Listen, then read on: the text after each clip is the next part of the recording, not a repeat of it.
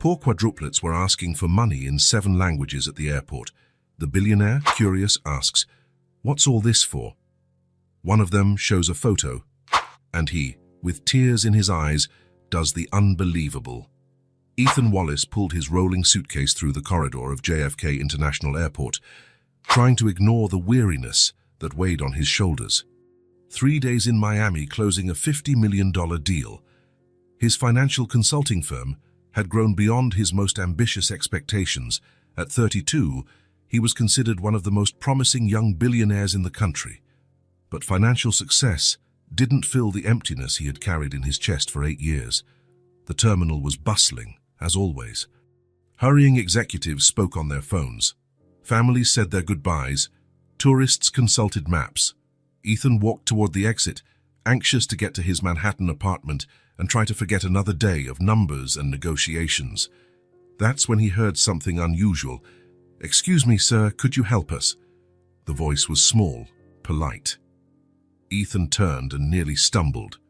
4 identical girls were standing in front of him, all about 6 years old. Brown hair, large dark eyes, simple but clean clothes. They were holding small, handmade signs. "Monsieur, s'il vous plaît, aidez-nous," said a second girl, trying French. "Señor, puede ayudarnos?" continued a third in Spanish. "Signore, ci aiuti," completed the fourth, in Italian. Ethan blinked, impressed. The girls continued. "Herr, können Sie uns helfen?" German. "Xiansheng, Qing Bangju woman," Mandarin. "Sayid, min fadlik sa'idna," Arabic. And they returned to English. "Please, sir, we really need help." In 15 years of living in New York, Ethan had seen all sorts of situations, but 4 identical 6-year-old girls asking for help in 7 different languages. This was a first. "You speak all of these?" he asked, genuinely impressed. "Our mother taught us," replied the first girl, who seemed to be the leader of the group. "She says, if you know how to talk to people, you can touch their hearts." "And you're here alone?" "Yes, sir. We came to ask for help for our mom." Ethan looked around, searching for a responsible adult. There was no one. Those 4 children were truly alone in one of the busiest airports in the world. "Where are your parents?" "It's just our mum," explained the second girl. "She's very sick at home." "And how did you get here?" "By bus and subway," the third answered matter-of-factly. "We know the way." Ethan knelt to their level, his heart tightening.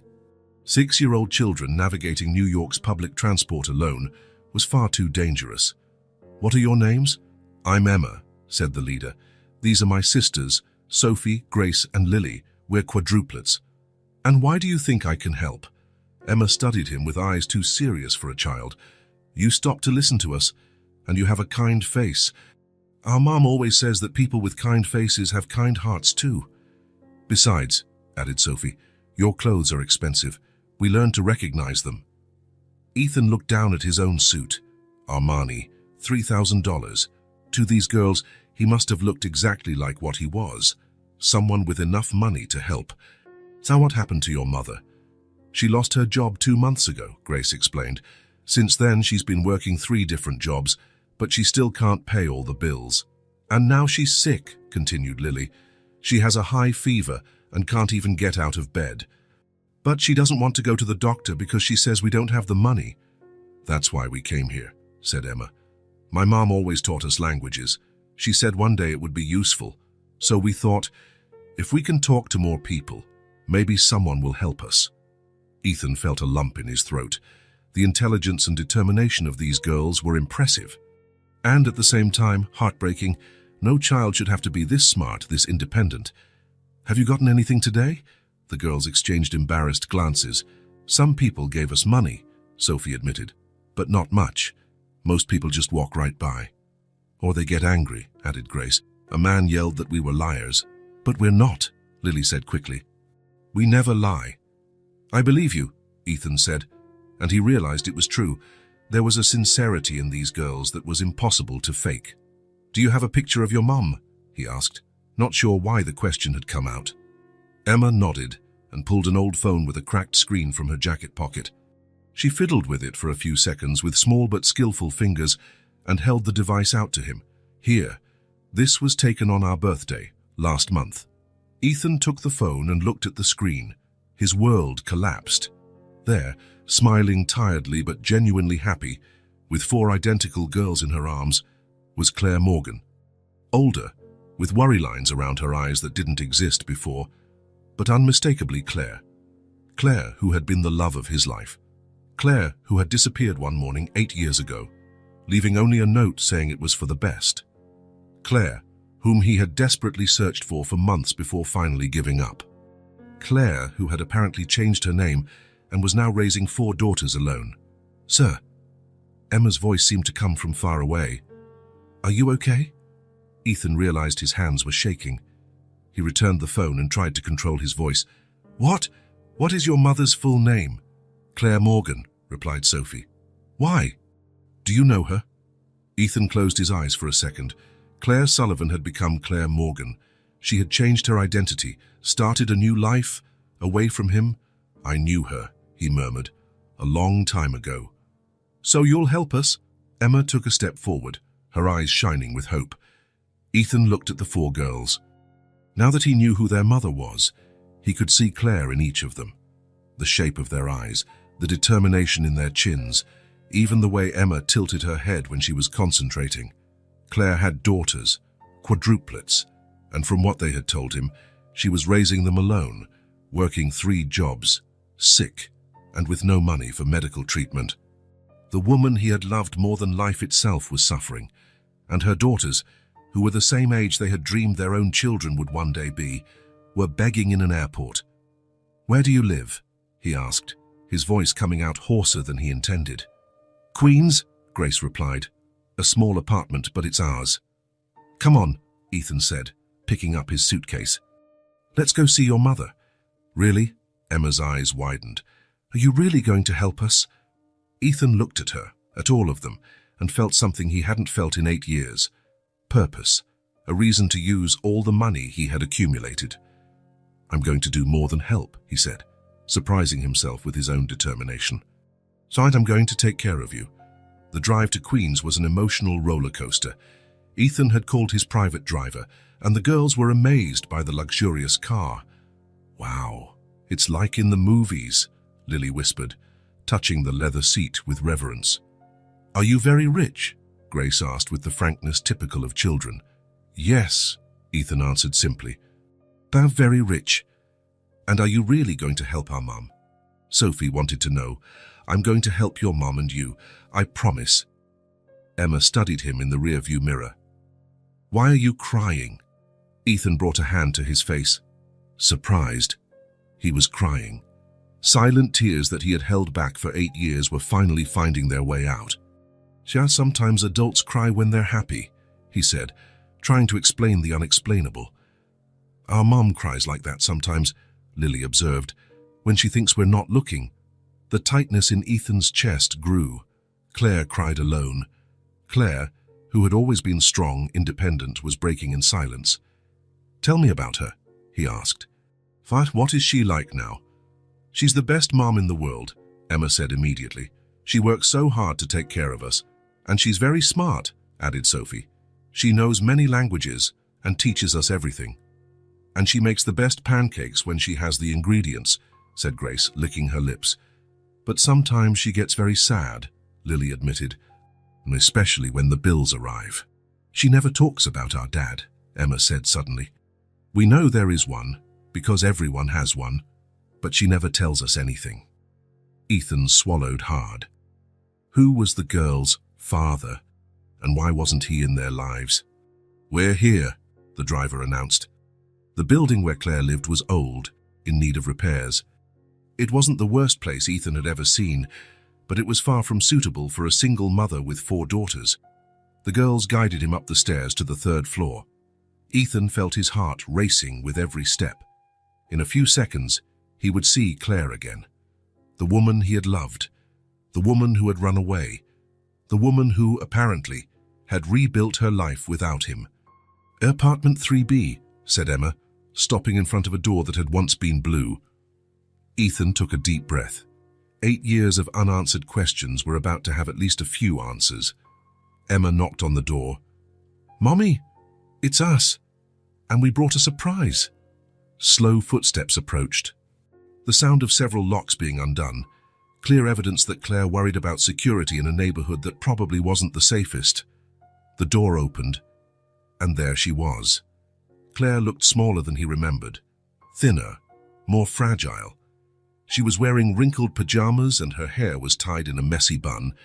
She was clearly sick, pale, with deep dark circles under her eyes, trembling slightly. But it was still Claire. They were still the same eyes that had mesmerized him 8 years ago. It was still the woman he had loved more than life itself. She looked first at her daughters, relief evident on her face. Then her eyes turned to Ethan. The transformation in her expression was instantaneous. Shock, terror, something that might have been hope or panic, he couldn't distinguish.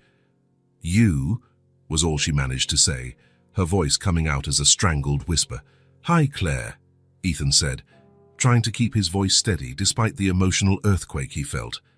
"So as your daughters found me?" Claire looked at the girls with a mixture of pride and desperation. "I told you not to go out alone," she murmured. "But Mommy, you were so sick," Emma protested. "And we got help. This is Mr. Ethan, and he's very rich and very kind." "And he knows you," added Sophie excitedly. "He cried when he saw your picture." Claire closed her eyes, as if trying to wake up from a nightmare, or maybe trying to go back into one. "Come in," she said finally, stepping away from the door. "Please." The apartment was small but organized. Second-hand furniture, walls that needed painting, but everything was clean and lovingly cared for. There were drawings by the girls stuck to the refrigerator, books in various languages stacked on a makeshift shelf. Claire leaned against the wall, clearly struggling to stay on her feet. "You shouldn't be here," she said, but without hostility, more like a statement of the inevitable. "Your daughters were asking for money at the airport," Ethan replied. "Tuosi in 7 different languages."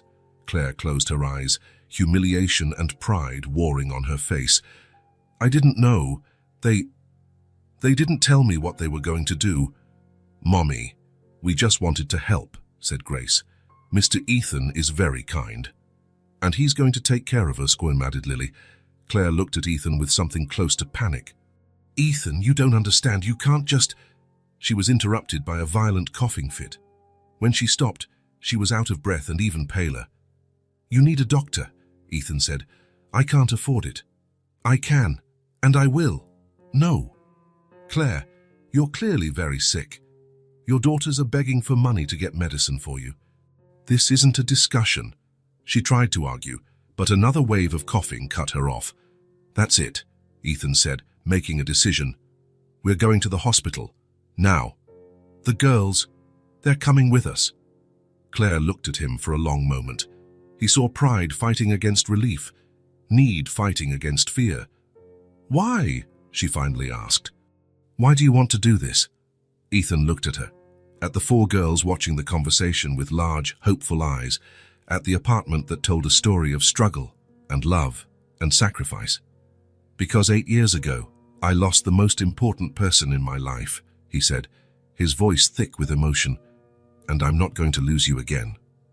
Claire began to cry. Silent tears she tried to hide from her daughters. "Okay," she whispered. "But later we need to talk." "Later," Ethan agreed. "Now let's take care of you." While Claire got changed, Ethan called his private doctor. Dr. Harrison was discreet, competent, and didn't ask questions. In 15 minutes, he would be at the private hospital waiting for them. "Are you going to stay with us?" asked Emma. "I'll stay with you for as long as you need me," Ethan promised. And for the first time in 8 years, he felt he was exactly where he was supposed to be. Claire had been admitted for observation. Ethan's private doctor, Dr. Harrison, had confirmed early-stage pneumonia that could have been serious if left untreated. She would stay at least 2 days in the hospital receiving intravenous antibiotics.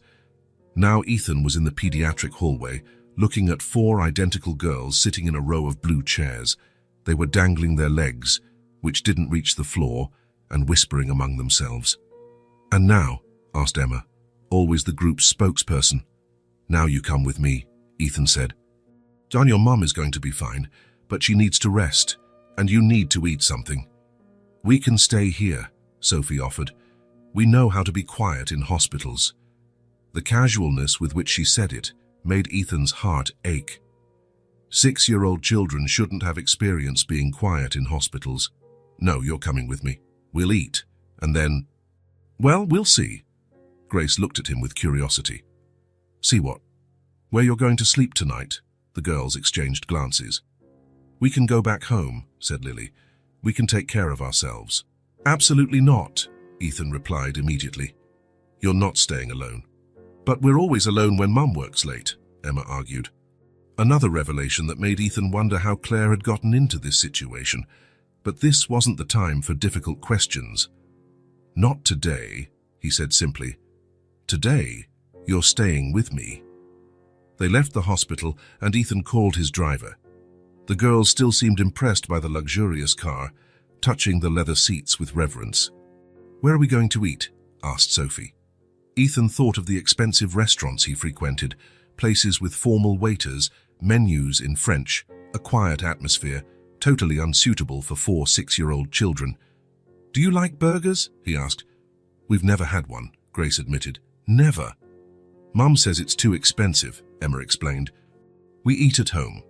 Ethan felt a pang. Burgers were considered cheap food, fast food. For Claire, it was an unaffordable luxury. Well, today you're going to try one, he said. Charles, take us to the nearest Shake Shack. 15 minutes later, they were in a bustling burger joint on the Upper East Side. The atmosphere was casual, full of families and young people. Very different from the quiet, formal world Ethan inhabited. The girls sat at a round table, looking around with wide eyes. Everything there was new to them. The colorful lights, the smell of fried food, the buzz of conversations. What do you want? Ethan asked, holding the menu. We can't read some of the names, Sophie admitted. Ethan sat beside them and began to explain each item. Burgers, French fries, milkshakes, nuggets. The girls listened attentively, as if they were in an important class. Can I have French fries? Lily asked shyly. You can order anything you want. Anything? Emma's eyes widened. Anything? When the order arrived, 4 small burgers, a mountain of French fries, 4 milkshakes and nuggets to share, the girls were silent for a moment. That's a lot of food, Grace whispered. It's for you, Ethan said. Eat as much as you want. But they didn't eat as much as they wanted. They ate carefully, small bites, savoring each piece as if it were their last. They saved some nuggets in their napkins. Why are you saving them? Ethan asked. For later, Emma replied, in case we get hungry later. If you get hungry, we'll buy more food. The girls looked at him as if he had said something impossible. You can buy food whenever you want, asked Sophie. The innocent question hit Ethan like a punch. For him, food was something that had always been available. For these girls, it was a limited resource that had to be rationed. Yes, he said gently. Whenever you want. Lily began to cry softly. Why are you crying? Grace asked, concerned. Just because it's so good, Lily sobbed, and I was so hungry, but I didn't want to tell Mom. Ethan felt his throat tighten. 6-year-old children hiding their own hunger so as not to worry their mother. You don't have to be hungry anymore, he said, his voice coming out hoarser than he intended. I promise. Emma studied him with her serious eyes. How can you promise that? Because I have enough money to take care of you, all of you. Forever, asked Grace. Forever. The girls went back to eating, now more relaxed. Ethan watched each of them, trying to identify their individual personalities. Emma was clearly the leader, always speaking for the group, always alert. Sophie seemed to be the most observant, paying attention to everything around her. Grace had a natural sense of humor, making little jokes that made her sisters laugh. Lily was the most sensitive, the one who expressed the emotions the others tried to hide. You are all very different from each other, he observed. Everyone says we're the same, said Sophie. But we know it's not true. How do you tell each other apart? It's easy, replied Grace. Emma always frowns when she's thinking. Sophie bites her lip when she's nervous. Lily plays with her hair when she's sad. And I... She paused and thought, well, I laugh more than the others. And how do outsiders tell you apart? They don't, Emma said matter-of-factly. At school, the teachers always get us mixed up. Sometimes we switch places just to see if they notice. And do they notice? Never. The four of them laughed together. Ethan smiled. It was the first time he had seen them truly relaxed, acting like normal children. And at home, does your mum get you mixed up? Mum never gets us mixed up, Lily said with pride. She always knows who is who, even in the dark. How? She says each of us has a different smell, Sophie explained, and different ways of breathing when we sleep. Claire's dedication to knowing each daughter individually touched Ethan deeply. Even raising four identical girls alone, she had made an effort to recognize the uniqueness of each one. What do you like to play?" he asked, changing the subject. "We make up stories," said Emma. "And we play school. I'm always the teacher." "Of course you are," Grace muttered, making her sisters laugh. "And what do you all like to do?" "I like to draw," said Sophie, "especially people." "I like to sing," said Grace. "My mom taught us some songs." "I like to read," said Lily, "even if I don't know all the words yet." "And I like to take care of my sisters," Emma said simply. Again, Emma's premature maturity made Ethan's heart ache. At 6, she had already taken on a role of responsibility that shouldn't be hers. "Today you don't have to take care of anyone," he said. "Emma, today is just for playing." "Where?" asked Grace. "At my house." When they finished eating, Ethan took them to his apartment in Manhattan. It was a penthouse overlooking Central Park, decorated by a famous designer. Everything in neutral tones, expensive furniture, modern art on the walls, elegant, sophisticated, and completely impersonal. The girls came in and stood in silence, looking around with reverence. "Wow," Sophie whispered. "It's like a museum." "You can touch everything," Ethan said quickly. "You can sit wherever you want, play wherever you want." But they remained standing at the entrance, clearly intimidated. "We won't break anything?" Lily asked worriedly. "And if you do, it's okay. They're just things." Emma looked at him skeptically. "Mom always says that when we go to other people's houses, we have to be very careful. This isn't other people's house. Today, it's your house too." Gradually, they began to explore. Timidly at first, touching things with care, then with more confidence. Grace discovered the grand piano in the living room. "Can I play?" she asked. "Of course." She pressed a few keys, creating a simple but sweet melody. Soon the other three joined her, softly singing a song Claire had taught them. Ethan sat on the sofa, watching. His house had always been silent.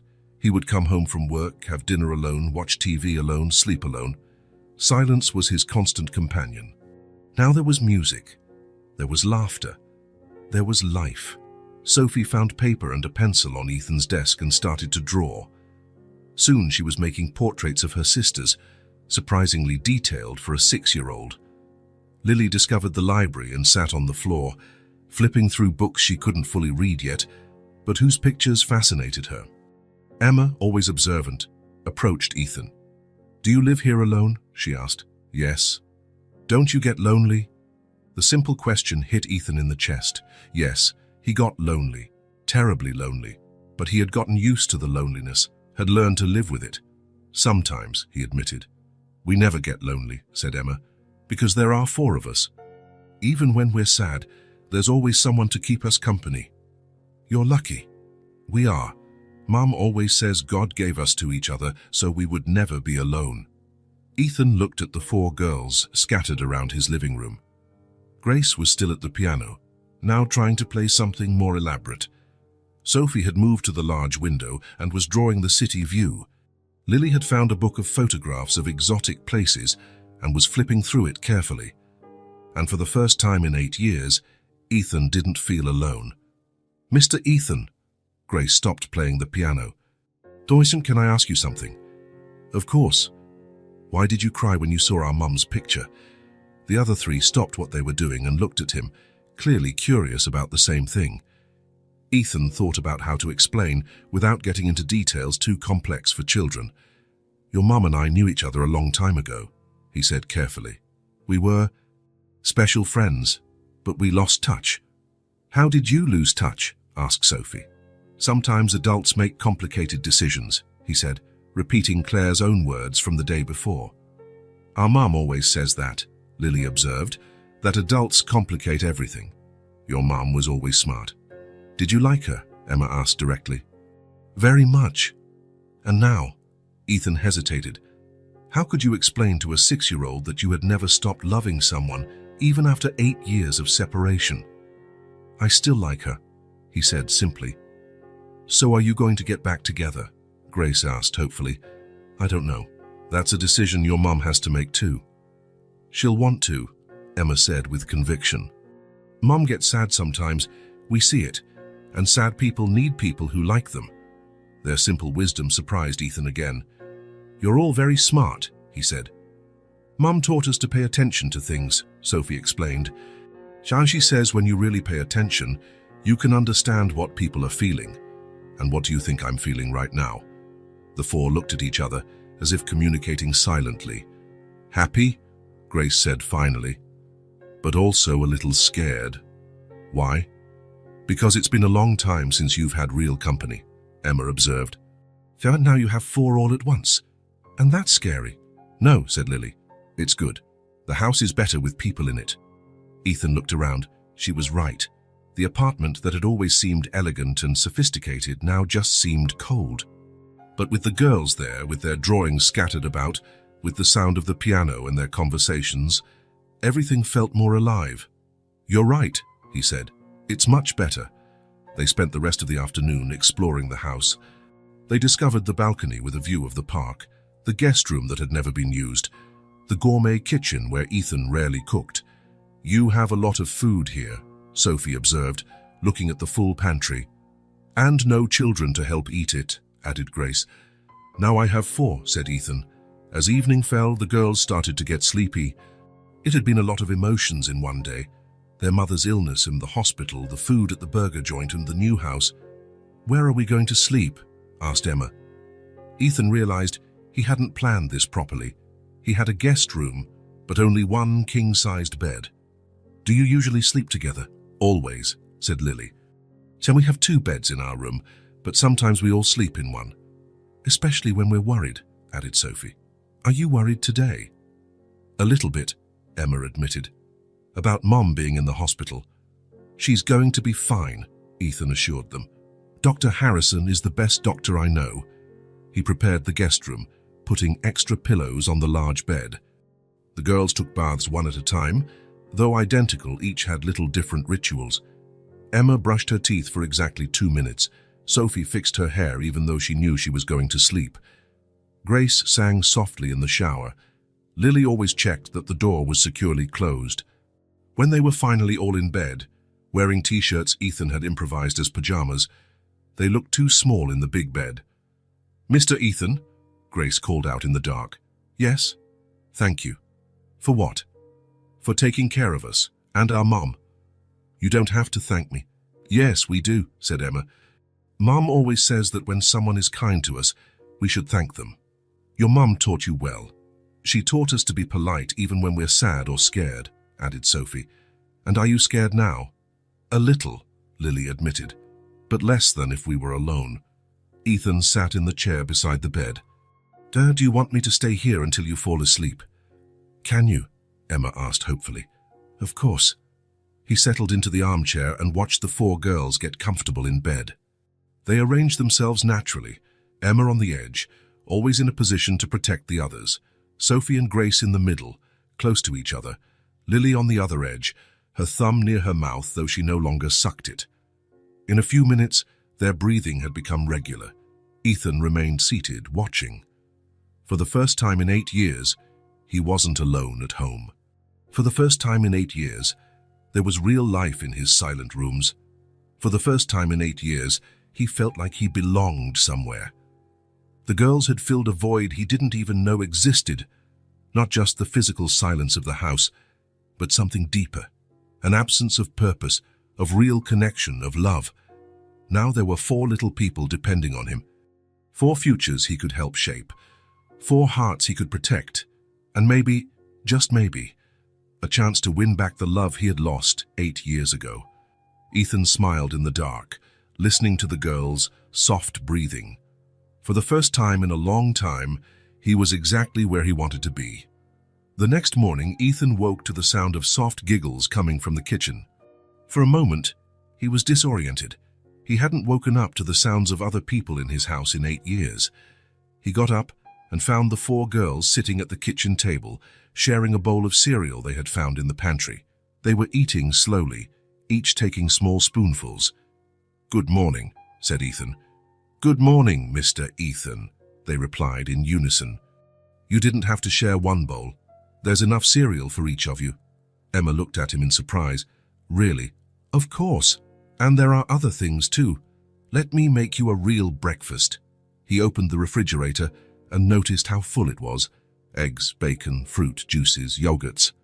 Things he rarely ate, kept by a housekeeper who came twice a week to organize his home. "Do you like pancakes?" he asked. "We've never had them," said Sophie. "Our mom sometimes makes them when she has flour," Grace explained, "but she calls them special crepes." Ethan smiled. Claire had always been creative in making a little seem special. He prepared pancakes, scrambled eggs, bacon, and served sliced fruit. The girls watched his every move attentively, as if memorizing the abundance. When they sat down to eat, they again showed the same care as the day before, small pieces, slow chewing, savoring every bite. "Is it good?" Ethan asked. "It's delicious," said Lily. "Thank you. You don't have to eat so slowly, there's plenty of food." "We know," said Emma, "but Mum always taught us to eat slowly. She says when you eat slowly, you feel full faster." Ethan realized it wasn't just a matter of manners. It was a survival strategy Claire had taught them. Eat slowly to feel full with less food. "Well," he said, trying to keep his tone casual, "today you can eat as much as you want." "Really?" asked Grace. "Really?" They exchanged glances, as if they couldn't believe it. "Mr. Ethan," Sophie said hesitantly, "can I ask you something?" "Of course. Are you going to disappear after our mom gets better?" The question caught him off guard.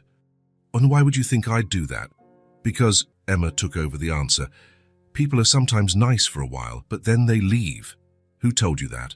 "No one told us," Grace explained. "We saw it." "Saw it where?"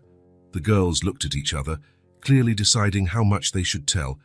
"Mom lost her job," Emma said finally.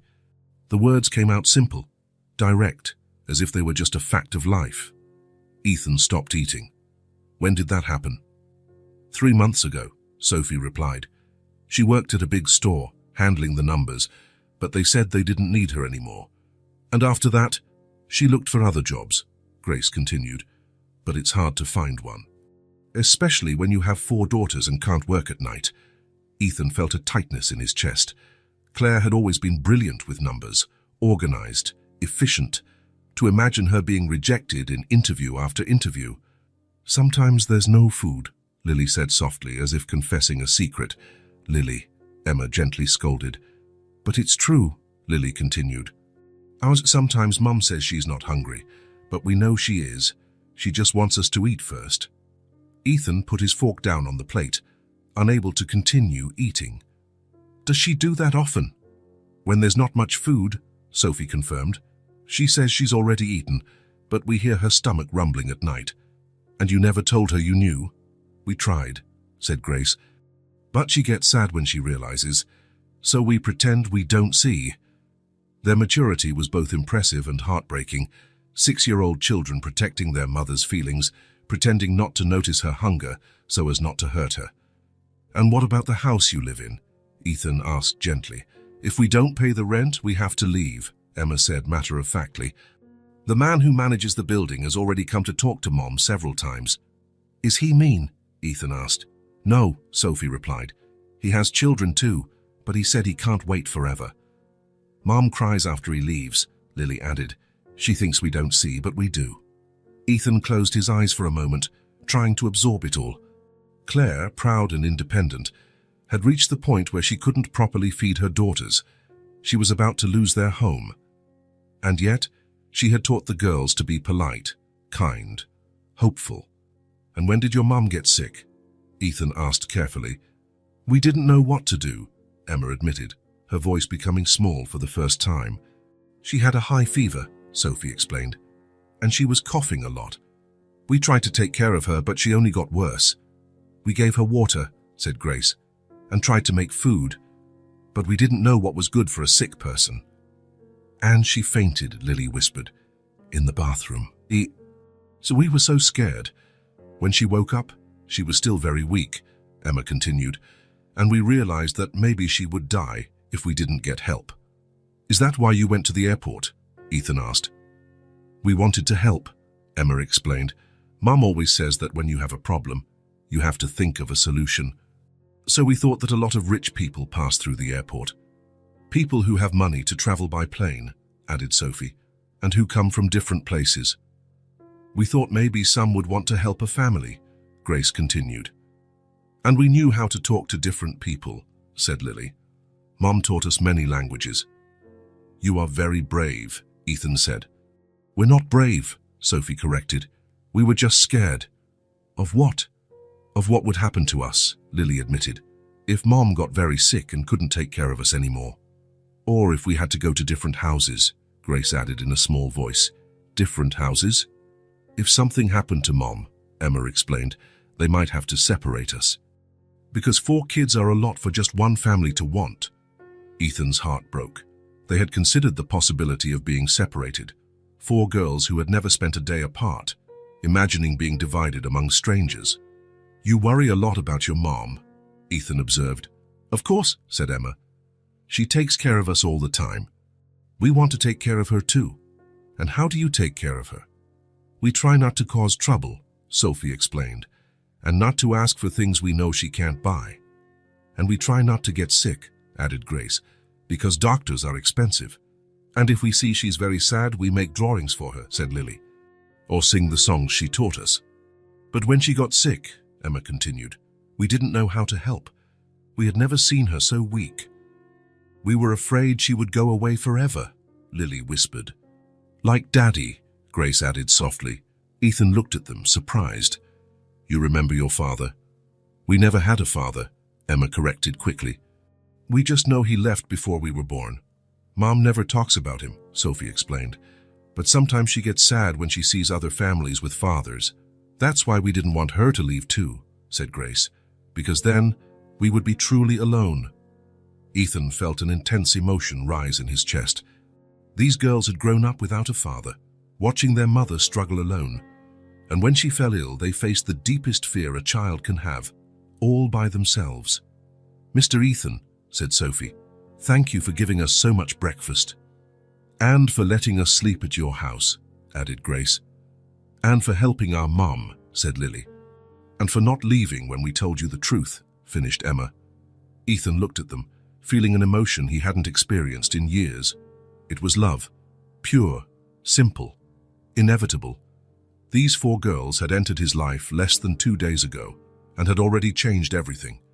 They had filled a void he didn't even know existed, and now he knew with absolute certainty that he would do anything to protect them, to ensure they never went hungry again, never worried about rent again, never had to fear losing the only family they had ever known. Thank you, he said, his voice thick with emotion, for letting me be a part of your lives. Will you stay? Asked Lily. I'll stay, Ethan promised. Farsa, for as long as you want me. After the revelation-filled breakfast, Ethan watched the 4 girls in the living room. They were sitting on the sofa, legs dangling, clearly not knowing what to do. There were no toys, no activities. His elegant, minimalist home offered nothing for children. Do you want to do something? He asked. Can we draw? Sophie asked shyly. So, of course, let me get some paper. He brought a few sheets of printer paper from the office and a pen. The girls looked at the scarce materials with gratitude, as if it were a treasure. There's only 1 pen, Emma observed. We'll share, Grace said quickly. We always share. Ethan watched them organize themselves. Emma took the pen first, quickly drew something simple, and passed it to Sophie. Sophie made her drawing and passed it to Grace. Grace drew and passed it to Lily. Lily finished and handed it back to Emma. It was a perfect system, created out of necessity. They had learned to share not out of politeness, but for survival. You know what we need, Ethan said suddenly. Real supplies for you. You don't have to, Mr. Ethan, Emma said quickly. We can draw like this. I know you can, but you deserve to have your own things. The girls exchanged glances. Our own things, Lily repeated. Your own markers, colored pencils, notebooks, and toys. Toys? Grace's eyes widened. You don't have toys. We had some, Sophie explained, but Mom had to sell them when she ran out of money. And others broke, Emma added, and there was no way to fix them. Ethan felt his chest tighten again. Claire had sold her daughter's toys. The image of him trying to imagine that scene was too painful. Well, he said, getting up, that changes today. We're going shopping. Shopping? Emma seemed startled. For toys and school supplies. For you. But that must cost a lot of money, Sophie protested. Don't worry about money. Mom always tells us to worry about money, said Grace. Because it's not unlimited. For you, Ethan said firmly, today it is. An hour later, they were in a large toy store in downtown Manhattan. The girls walked through the aisles with wide eyes, as if they had entered a fantasy world. You can pick whatever you want, Ethan said. Anything, Lily whispered. Anything? But they didn't run through the aisles like most children would. They walked slowly, touching things carefully, whispering among themselves. Can I get this doll? Grace asked, pointing to a simple cloth doll. How you can get as many as you want. How many? As many as you want. Grace picked up the doll and hugged it to her chest, as if she couldn't believe it was real. Sophie found a set of colored pencils with 50 different colors. That's so many colors, she said, amazed. We've never seen so many colors together. Take it, Ethan encouraged. Emma discovered notebooks with shiny covers and smooth pages. Can I write in them? She asked. They're yours. You can do whatever you want. Even if I make a mistake. Even if you make a mistake. Lily found colored markers with different tips, some thick, some thin, some that glowed in the dark. Look, she whispered to her sisters. These glow when you turn off the light. The four gathered around the markers, marveling at the novelty. We'll take these too, Ethan said. In an hour, they had chosen 4 identical dolls at the girls' insistence, who wanted everything the same. Sets of colored pencils, markers, notebooks, coloring books, puzzles, simple games, and some educational toys. In the checkout line, the girls were quiet, still holding their dolls. Is everything okay? Ethan asked. It's a lot, Emma said softly. A lot of what? A lot of presents. We've never gotten so many things at once. You've never gotten presents? On our birthday, Mom always gives us something, Sophie explained. But it's always just one thing. And it's small. And at Christmas? Ethan asked. The girls looked at each other. At Christmas, it's also just one thing, said Grace. And sometimes, Mom makes it instead of buying it. She made us cloth dolls once, Lily remembered. From pieces of old clothes, they were very beautiful. And where are those dolls? We sold them, Emma admitted. When we needed money for food. The silence that followed was heavy. Ethan imagined Claire teaching her daughters to sell the toys she had made with so much love. Well, he said, trying to keep his voice steady, these dolls are just for you, forever. Back at the apartment, Ethan spread all the purchases out on the dining room table. Is all of this ours? Grace asked, still not believing it. All of it. Can we use it whenever we want? Whenever you want. And what if we make ugly drawings? Asked Lily. There's no such thing as an ugly drawing. And even if there were, the paper is yours. The girls looked at each other and for the first time since Ethan had met them, smiled completely freely. Then they ran to the table and began to explore their new treasures. Sophie opened the set of colored pencils and began to arrange them by shade. Emma took a notebook and began to write her name on the first page in neat letters. Grace dressed her doll and began to comb her hair. Lily tested each marker, making small colored strokes on a sheet of paper. Mr. Ethan, Emma said without looking up from her notebook, thank you. You don't have to thank me. Yes, we do, Sophie insisted. Mom always says that when someone is kind to us, we have to show that we appreciate it. And we appreciate it a lot, added Grace, hugging her doll. A lot, Lily agreed. Ethan sat in the armchair and watched them. They were completely absorbed in their activities, but there was something different about their posture. Relaxation. For the first time, they didn't seem to be policing themselves, didn't seem worried about doing something wrong. Can I ask something? Emma said after a few minutes. Of course. Why are you being so nice to us? It was a simple but profound question. How to explain that seeing them had filled a void he didn't even know existed? How to say that taking care of them felt more right than anything he had done in the last 8 years? Because you deserve it, he said simply. Deserve it? You deserve to have toys. You deserve to have materials to draw. You deserve not to worry about money or food or rent. Do all children deserve that? Asked Sophie. And all children deserve that. Then why don't some have it? Grace wanted to know. The question hit Ethan like a punch. How to explain social injustice to a 6-year-old, how to talk about inequality to girls who were living it firsthand. Sometimes life isn't fair, he said carefully. Yeah, but that doesn't mean it's right. And you want to make things fairer for us? Asked Lily. I do. And for our mom too. For your mom too. The girls returned to their activities, but Ethan could see they were thinking.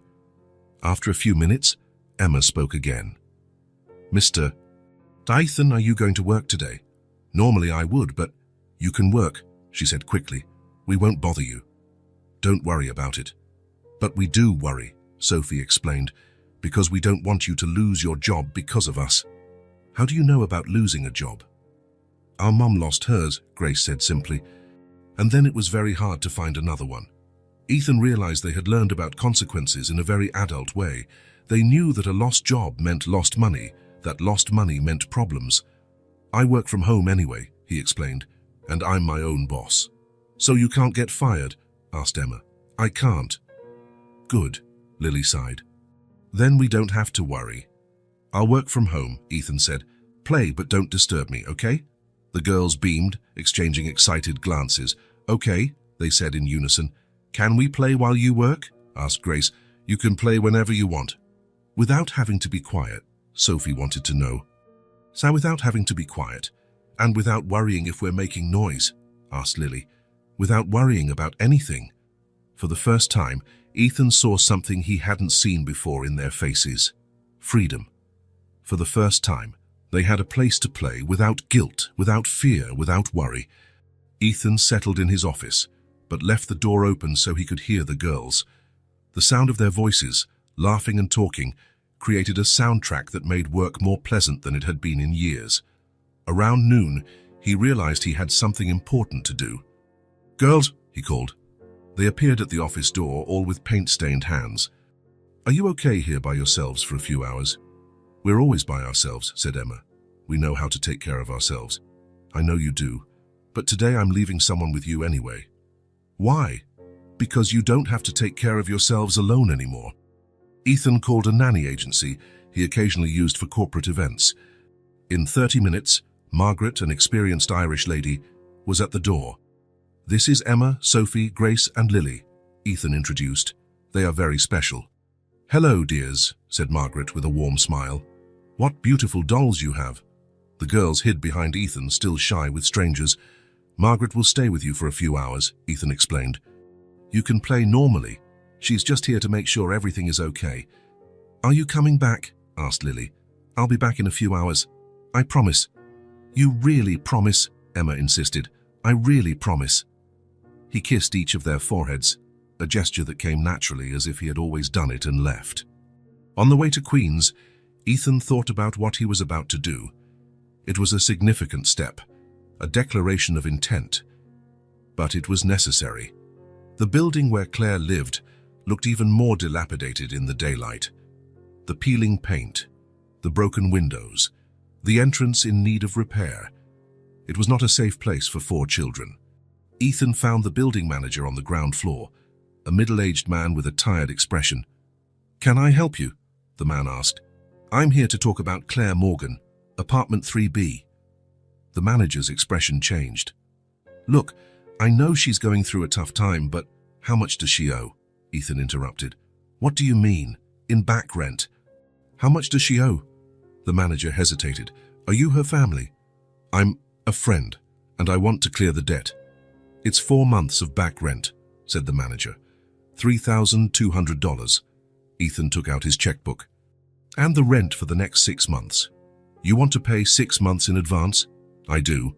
As he filled out the check, Ethan said, "They don't owe anything more, and they will never hear threats again." The manager looked at the check, surprised by the amount. "Sir, this is very generous, but it's not generosity," Ethan cut in. "It's necessity. These girls need stability. And does Ms. Morgan know you're doing this? She will. But for now, I want the worry of rent to disappear from their lives." Back in the car, Ethan felt lighter. It was a small but significant step. Claire and the girls would have at least 6 months without worrying about housing, but he knew it was just the beginning. There was much more to be done. When he got home, he found the girls in the kitchen with Margaret, having a snack. They ran to him as soon as they saw him. "Mr. Ethan," they shouted, hugging his legs. "Did you miss me?" he asked, laughing. "A lot," said Grace, "but we were good." "They were little angels," Margaret confirmed. "So very polite and careful." After Margaret left, the girls went back to their toys. Ethan watched them, noticing how they seemed more relaxed, freer. For the first time in their lives, they had the freedom to play without guilt, without fear, without worry. And for the first time in 8 years, Ethan knew exactly what his purpose was. The day had been perfect. The girls had spent hours playing with their new toys, drawing with the colored markers, creating stories with their dolls. Ethan had worked from home, occasionally interrupted by requests for approval on a drawing or a question about how to spell a word. Around 7 in the evening, they had dinner together. Ethan had ordered pizza, another novelty for the girls, who ate with their usual care but now with more frequent smiles. "Can we save a piece?" Emma asked, always thinking of the future. "You can eat all you want," Ethan said, "and if you get hungry later, we'll order more." "More pizza?" Grace's eyes widened. "As many as you want." It was amazing how simple concepts like food available whenever you want still surprised them. After dinner, they settled in the living room with their art supplies spread across the rug. Sophie was drawing portraits of each sister. Grace was creating comic strips with her dolls as characters. Emma was writing in her new notebook, and Lily was coloring in a book with absolute concentration. Ethan was answering emails on the sofa, but in reality, he spent more time watching the girls than working. There was something mesmerizing in the way they naturally organized themselves, communicated with glances, and took care of one another. It was then that the first clap of thunder echoed. The 4 girls instantly stopped what they were doing, like alert deer. "It was just thunder," Ethan said calmly. "It's going to rain." But the second clap of thunder was louder, closer. The apartment windows trembled slightly. Emma stood up and walked to the large living room window. Outside, the sky was dark, heavy with thick clouds. Lightning cut across the distant horizon. "It's a big storm," she observed, her voice trying to sound casual but failing to hide her concern. The third clap of thunder made them all jump. Lily dropped her marker and ran to Emma. Sophie and Grace instinctively joined them. "Are you afraid of storms?" Ethan asked. "A little," Emma admitted, trying to sound brave for her sisters. "Just a little," Sophie agreed, but her voice trembled as another thunderclap rumbled. The rain began then, first a few drops on the window, then a complete downpour. The wind howled between the buildings, making strange noises that echoed through the apartment. Lily started to cry softly. "Hey," Ethan said, getting up and approaching them. "It's okay. We're safe in here." "Storms are dangerous," Grace whispered. "They can be, but not when you're in a safe place like this." "Our house always makes strange noises when there's a storm," Emma explained. "And sometimes the power goes out. And it gets very dark," added Sophie, "and cold." Ethan imagined the 4 girls alone in the precarious Queen's apartment during storms, perhaps with Claire working late, dealing with leaks, power outages, fear. "It's different here," he said firmly. "This building is solid.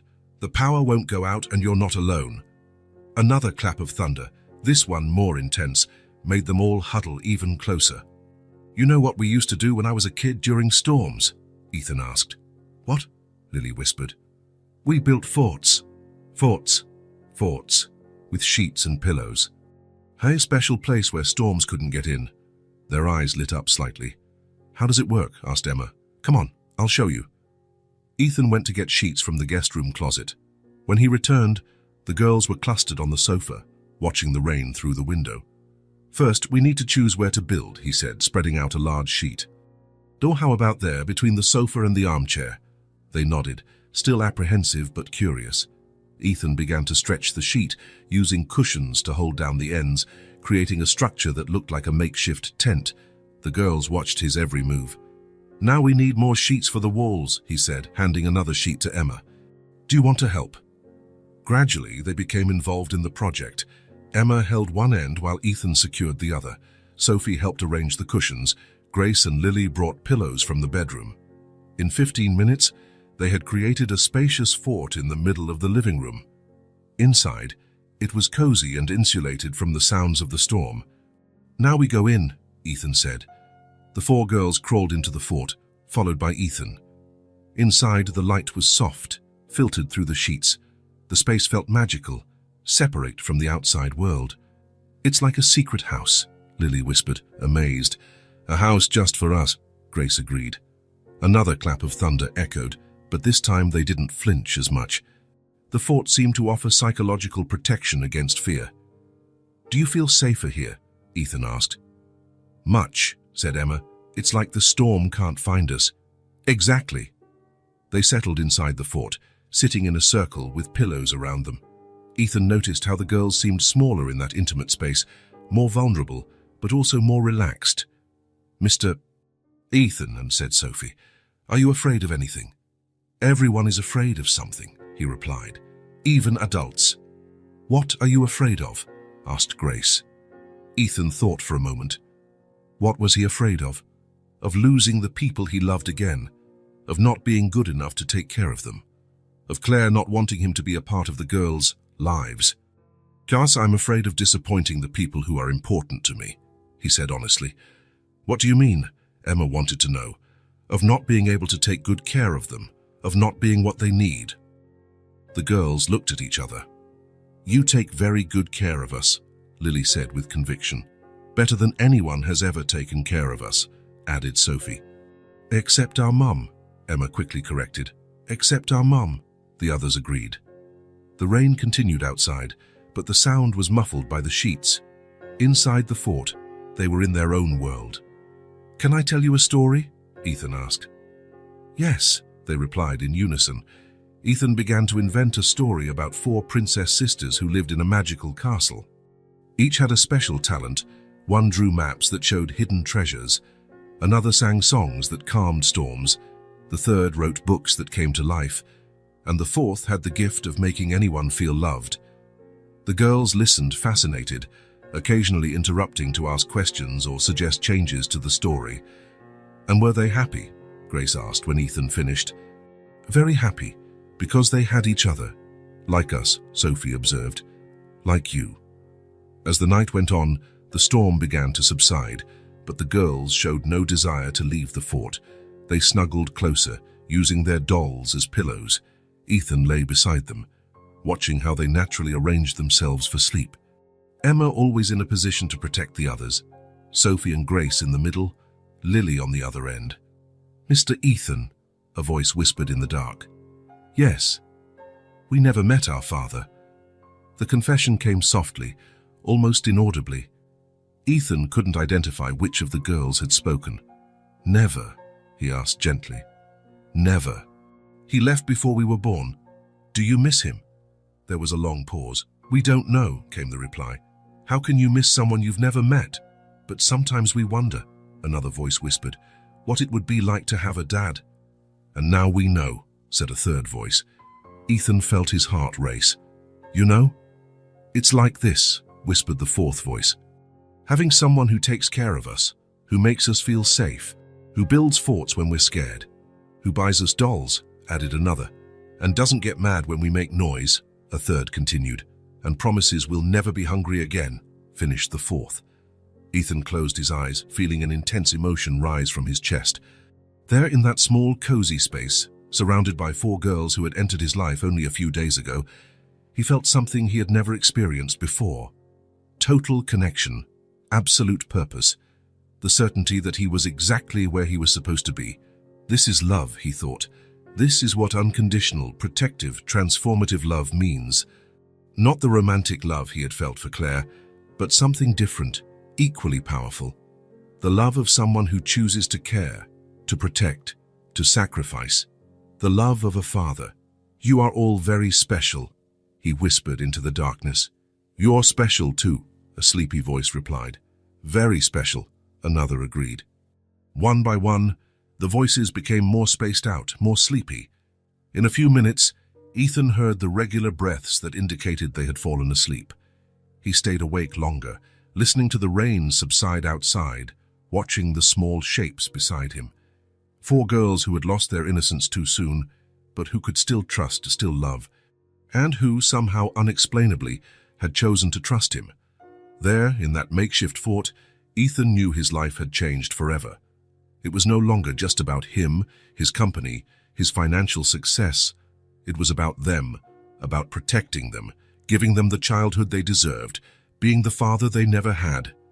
And for the first time in 8 years, Ethan slept with a heart completely at peace. The next morning, Ethan woke up early in the makeshift fort, surrounded by 4 girls sleeping soundly. The storm had passed, leaving only the soft sound of drops dripping from the building's roof. Careful not to wake them, he slipped out of the fort and made coffee. Today was the day to visit Claire at the hospital. She had called the night before, her first call since being admitted, saying she was feeling much better. The girls woke up one by one, still inside the fort, whispering among themselves as if sharing a secret. "Good morning, princesses," Ethan said, peeking inside the fort. "Good morning," they replied, smiling. "How did you sleep well?" "Better than at home," Emma admitted. "There, when there's a storm, we stay awake, scared of the noise. Here we felt safe," added Sophie. After breakfast, they got ready to go to the hospital. The girls were anxious to see their mother, but also worried. "Is she really going to be okay?" Lily asked for the 3rd time. "She's going to be great," Ethan assured her. Dr. Harrison said she was much better yesterday. At the hospital, they found Claire sitting up in bed, with much more color in her face. She was wearing hospital pajamas, but her eyes were bright and alert for the first time since Ethan had found her again. "Mommy!" the girls shouted, running to hug her. "Hey, my princesses," Claire said, kissing each of them. "I missed you so much." "We missed you too," said Grace. "But Mr. Ethan took very good care of us." Claire looked at Ethan over her daughters' heads. There was gratitude in her eyes, but also something else, a mixture of relief and concern. "Hi," she said simply. "Hi, how are you feeling?" "Much better. The doctors say I can be discharged today." "That's great." The girls settled on the bed around Claire, each competing to tell their adventures of the last 2 days. They talked about the diner, the new toys, the fort Ethan had built during the storm. Claire listened to everything attentively, asking questions, smiling at the funny parts. But Ethan could see she was processing much more than her daughter's words. She was assessing how different they seemed, more relaxed, happier, more secure. "The girls must be a handful," Claire said when they paused in their narrative. Ethan looked at her directly. "So you have amazing daughters, and I'm already very fond of them." Something passed through Claire's eyes, surprise, perhaps relief. "They really are amazing," she agreed. "They're all the good I have in the world." "Mommy," said Emma, "Mr. Ethan bought us dolls and markers and notebooks." "And he let us eat pizza," added Grace.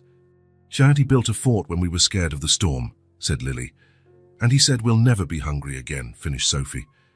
Claire looked at Ethan again, this time with an expression he couldn't decipher. "Can you guys go see if there's anything interesting in the hospital gift shop?" Claire suggested to the girls.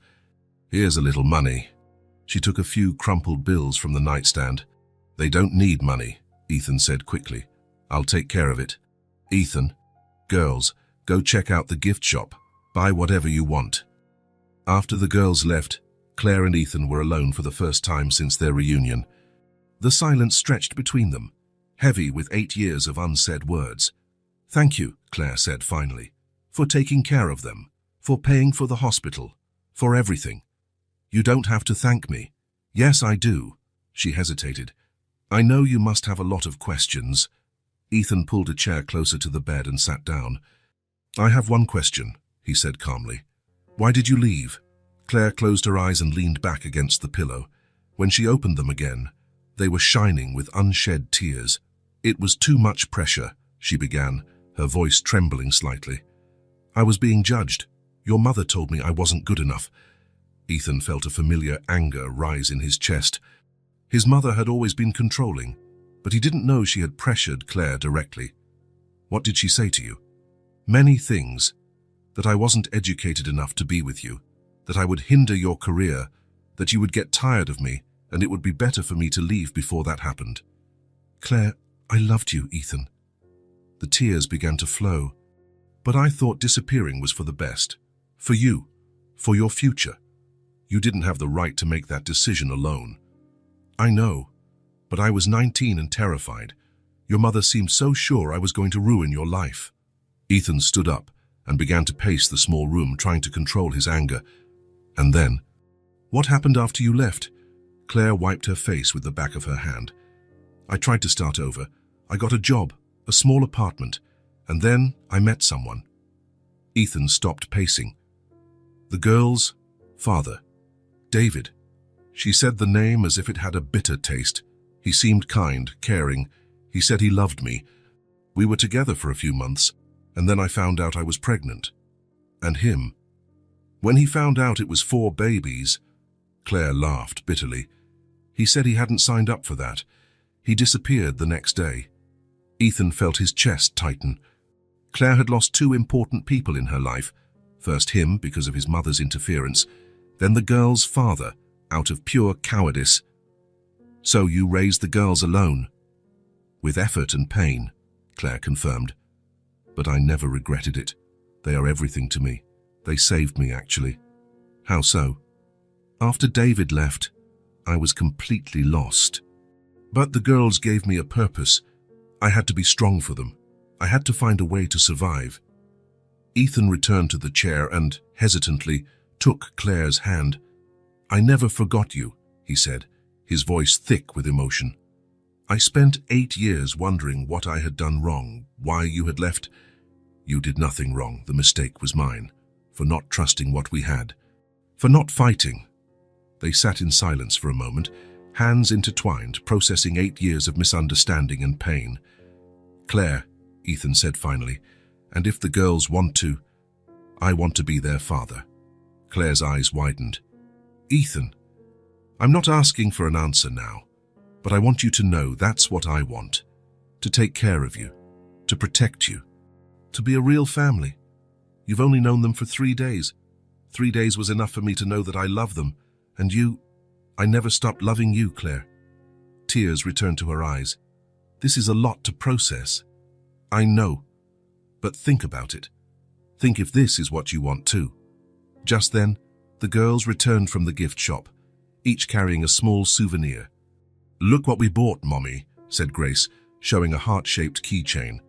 It's beautiful, Claire said, trying to hide that she had been crying. The girls spent the rest of the visit showing their purchases and telling more details about the last few days.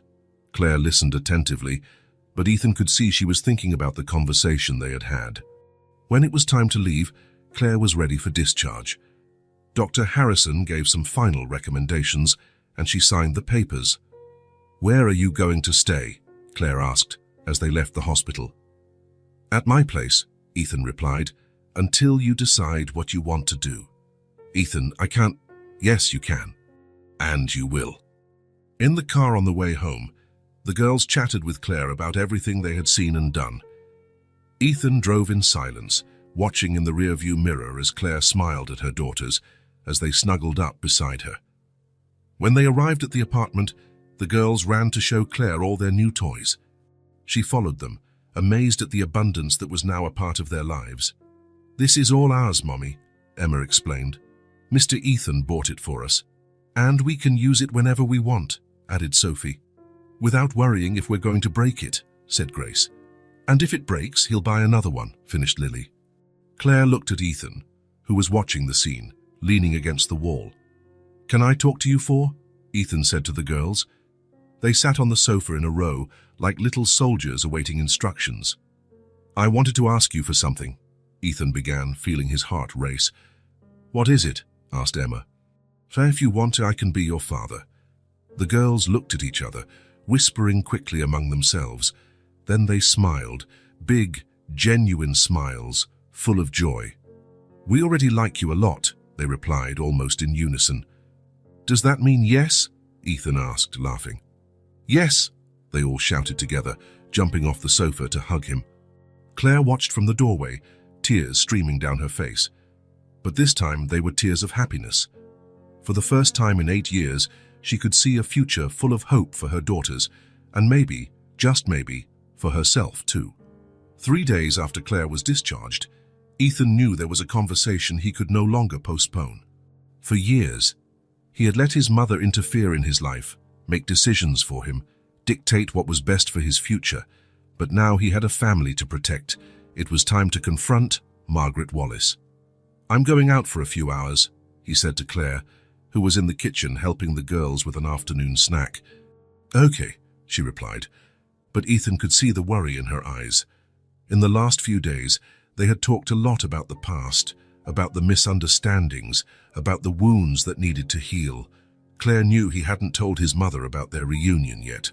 "Where are you going?" asked Emma, always attentive. "To visit my mother." "Your mother?" Sophie seemed interested. "Do we have a grandmother?" The simple question made Ethan hesitate. Technically, the girls weren't his biological daughters, but in his heart, they already were. And if he was going to be their father, Margaret would indeed be their grandmother. "Maybe," he said carefully. "We'll see." The Wallace mansion on Long Island was exactly as Ethan remembered. Imposing, cold, perfect, every detail calculated to impress, every piece of furniture positioned to demonstrate status. It was everything his home with Claire and the girls was not, empty of real love. Margaret received him in the formal living room, wearing one of her expensive suits and an expression that mixed pleasure and disapproval. "Ethan, dear," she said, kissing the air beside his face. "What a surprise.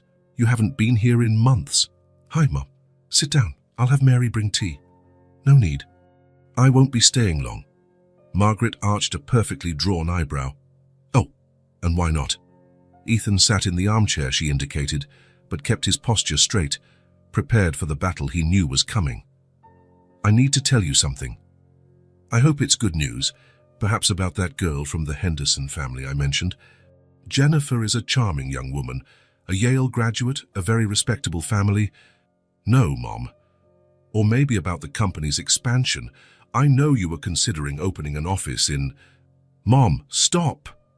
Margaret stopped mid-sentence, clearly surprised by his firm tone. "I found Claire," Ethan said directly. The silence that followed was icy. Margaret was completely still for a moment, then placed her teacup on the table with a sharp clink. "Claire," she repeated, as if the name tasted bad. "Claire Sullivan. Claire Morgan now. And before you say anything, you need to know, we're together." "Ethan, for God's sake. And she has 4 daughters. Daughters that I'm going to adopt." Margaret stood up abruptly, beginning to pace the room. "This is ridiculous. You can't be serious." "I am completely serious. Ethan, you are a successful, wealthy, respected man. You can have any woman you want. Why would you settle for a woman who already has children by another man?" "Because I love her. And I love her, girls." "Love," Margaret laughed bitterly. "Love doesn't pay the bills, Ethan. Love doesn't build empires. I've already built my empire, Mom. Now I want to build a family." Margaret stopped pacing and faced him. "You are making a terrible mistake. This woman will ruin your life, just as I warned you 8 years ago." "No," Ethan said, standing up as well. 8 years ago, you ruined my life.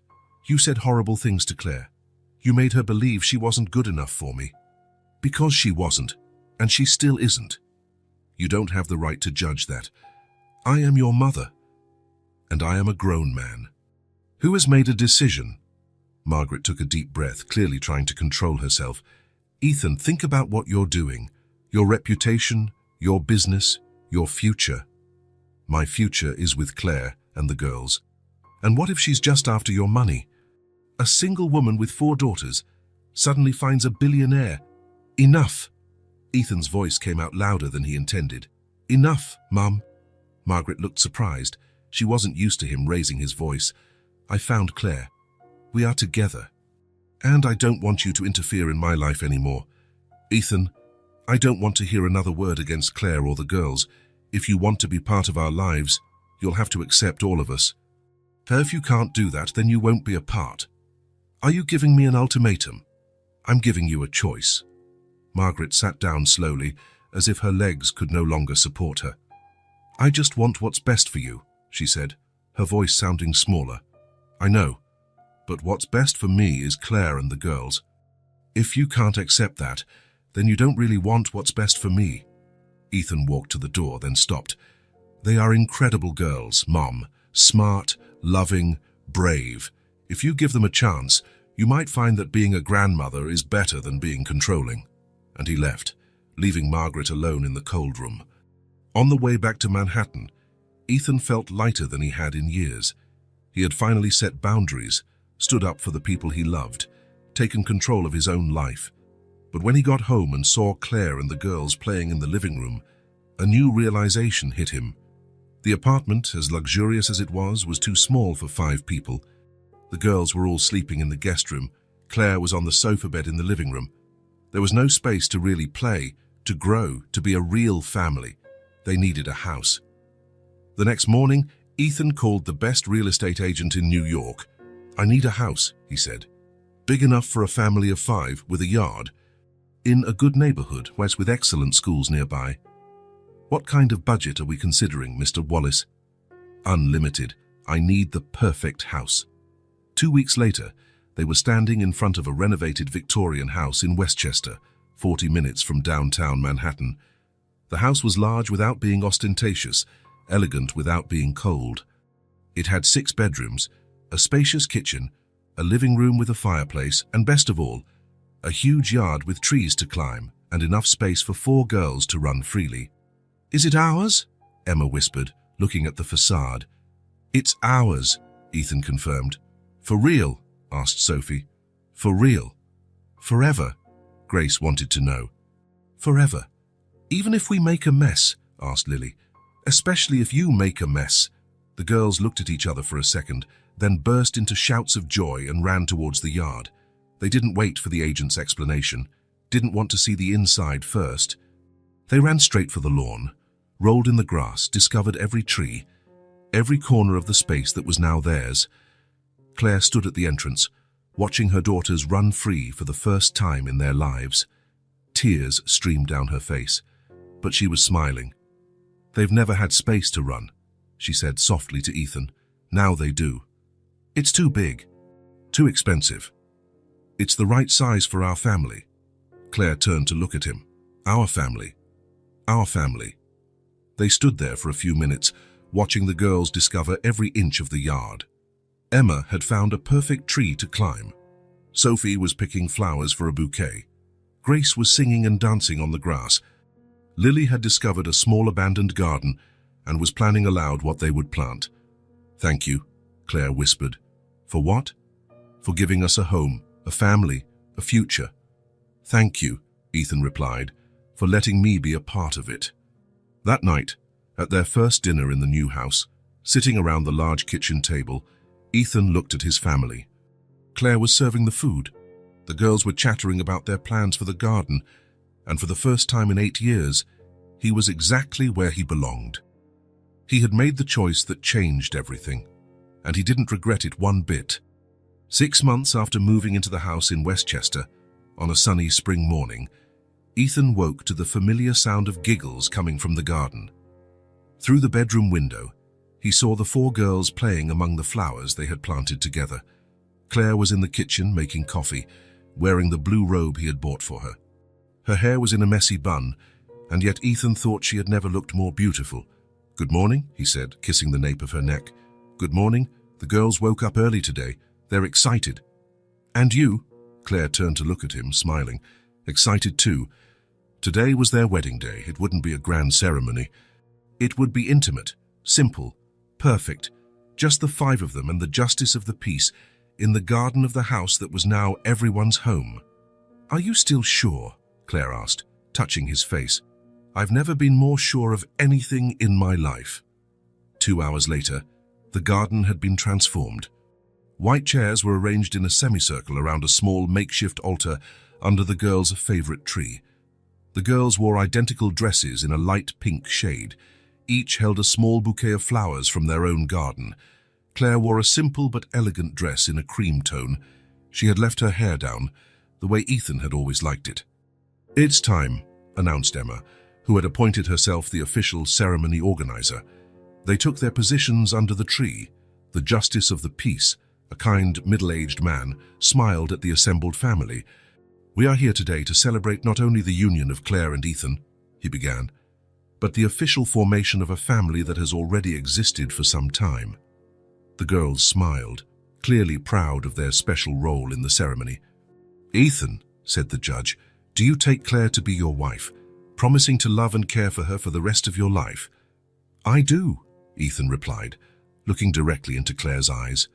"And do you also promise to love and care for Emma, Sophie, Grace and Lily as if they were your own daughters?"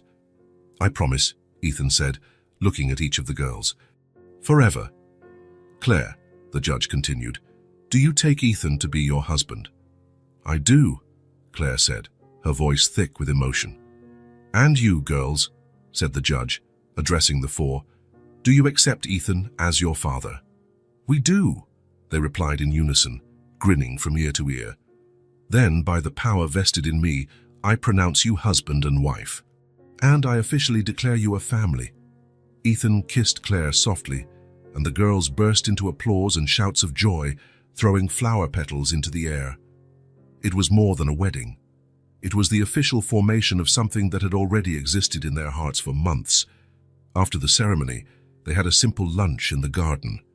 The girls told jokes, Claire laughed until she cried, and Ethan felt his heart could burst with happiness. "May I make a toast?" asked Emma, raising her glass of juice. "Of course," said Ethan. "To our family," she said solemnly. "May it always be like this, full of love." "Cheers!" they all shouted, clinking their glasses. 3 months later, it was a rainy Sunday afternoon. Ethan was in the kitchen making tea. He had discovered he loved these simple domestic moments. In the living room, the girls were spread out on the rug with their art supplies. Sophie was drawing, Emma was writing in her diary, Grace was coloring, and Lily was creating stories with her dolls. "Sadista," called Grace, "can you help me pick a color for this flower?" Ethan's heart still skipped a beat every time they called him Dad.